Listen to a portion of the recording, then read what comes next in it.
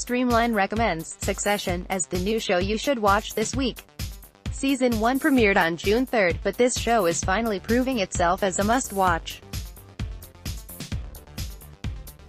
The show focuses on a family that isn't the Murdochs, but is basically the Murdochs. The family's patriarch owns a giant media business and is debating retirement. His family members are fighting for control of the empire. The show is basically a bunch of rich jerks fighting over the reins of power.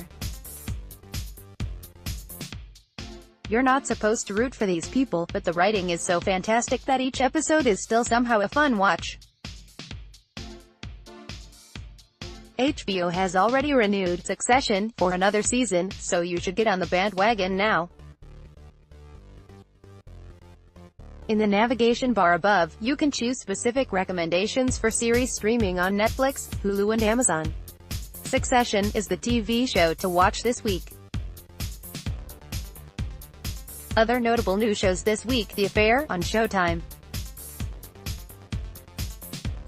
Goliath on Amazon Prime, Love is __ on OWN, Man in an Orange Shirt on PBS, Yellowstone on Paramount. Recent shows that also are decent: The Americans on FX. Season 6. Marvel's Cloak, Deedland on AMC. Season 1. The Handmaid's Tale on Hulu. Season 2. Howard's End on Starz. Miniseries. The Last OG on TBS. Season 1. Legion on FX. Season 2. Lost in Space on Netflix. Season 1. National Treasure, Kiri on Hulu.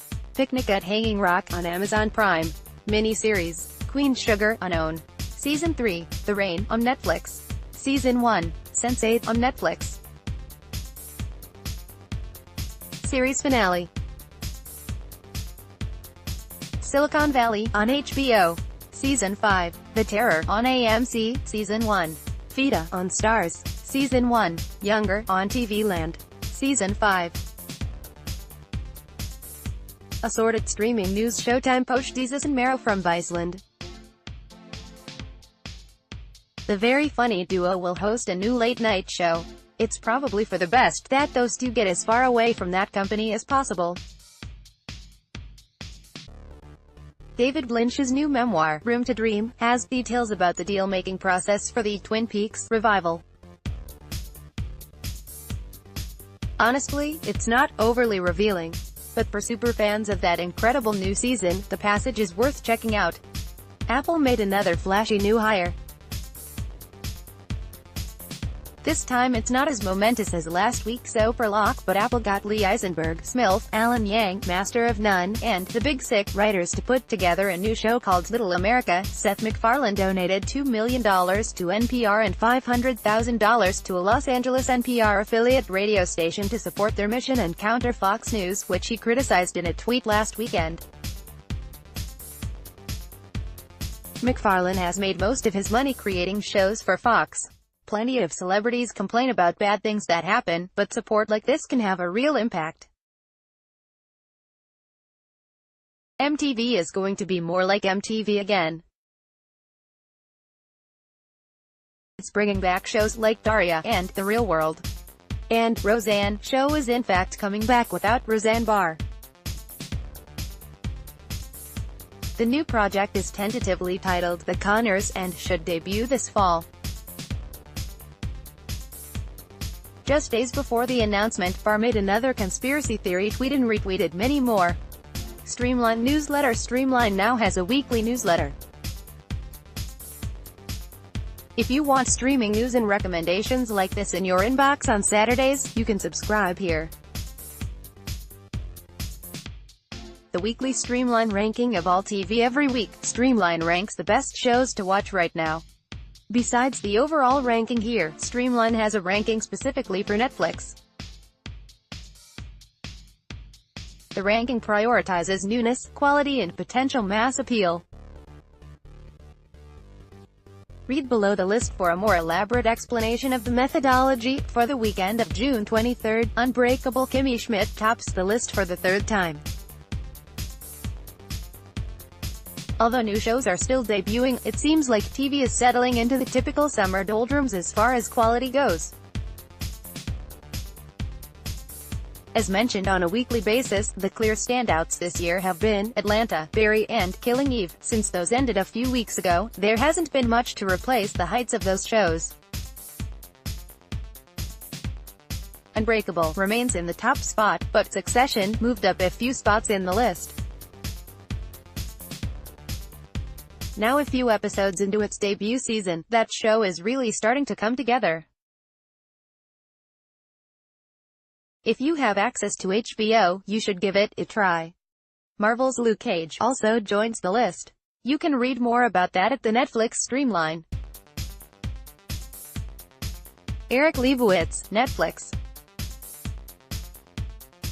Unbreakable Kimmy Schmidt, Netflix Season 4, Part 1 release, May 30, 2018. The 5-word plot: woman slowly finds her way. Pro: this might have the most solid jokes per minute of any show out there right now. As this show comes to a close, it's still as strong as ever. Con: episodes are probably slightly too long and often could use some tightening. The humor can be overly zany for long stretches in which it fails to ground itself to make the jokes work. FX. Pro: this show balances displays of lavish decadence and thrilling performances with nuanced portrayals of finding the importance of friends and family. It's fun and heart-wrenching. Con: the strongest moments are the high-energy ball sequences. It's still unclear whether the show will be able to sustain that energy for many episodes through the same setting.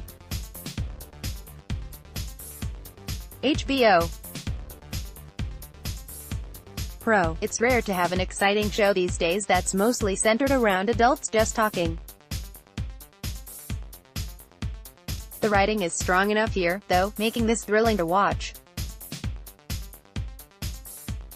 Con: given the current political climate, you might be out on watching rich people do very rich people things or find it difficult to have empathy for the characters. BBC America. Strong, relatable character dialogue within the quick-moving storylines. Con: the premise becomes a bit too unbelievable with almost comic book-like characters. HBO. Pro: Bill Hader just may be the country's funniest actor right now.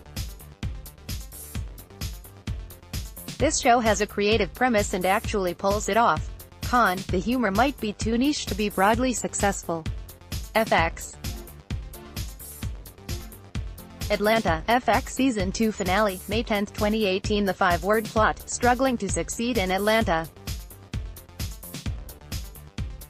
Pro: this show is easily one of the most creative and straightforwardly funny projects of the last few years. Multiple actors are stars on the rise. Con: very occasionally, it will rely on weirdness instead of being truly clever. Eddie Chen, Netflix. Pro: one of the most accurate portrayals of contemporary young adult life. Also has a lot to say about the resurgence of vocalized racism in America, and does so with nuance. Con: directing choices don't always allow the characters to be believable, but this heavy-handedness still kind of helps emphasize important points. Showtime. Pro: a solid mix of comedy with anguish and depressing lows, dressed up in expensive settings, gives this a complex appeal. Critics are also saying this is one of Benedict Cumberbatch's finest performances. Con: it's yet another complicated man story in which the protagonist tries to find happiness with heavy drinking. You might already be done with that trope. Freeform. Pro. The show is an heir to Sex and the City, but with far more realism. The writing often has much to say about the contemporary struggles of adult, and particularly female, lives. Con. This has a more niche appeal than most reviews seem to note. If you're not deeply interested in the media and New York City life, the show's charms might not work on you. David Lee, Netflix. Pro. The show has improved from an already strong season 1. Focusing on the celebrity aspect of being a superhero and the costs of that is an interesting angle to couple with the visceral joys of watching someone punch through baddies. Luke Cage also meets a worthy opponent this season. Con. It's not mentioned repeatedly, but this is yet another superhero project. And with a fraction of the budget the Marvel movies have, it's questionable whether this is worth your time. Here's the trailer. A note on ranking methodology: Streamline recommendations do not include reality shows, game shows, awards shows, news shows and other programs that aren't streaming online. Along with HuffPost's own research, watching countless hours of TV, Streamline opinions are informed by critical reviews from publications like The New York Times, Vulture, The AV Club, The Ringer and Collider, and aggregators like Rotten Tomatoes and Metacritic. Shows can appear on the main list for 2 months after their most recent season's final episode. Shows that debut all episodes at once will also be eligible for only 2 months. If broadcast shows want a chance at showing up on the main list, they should make their episodes easily available to stream. Download.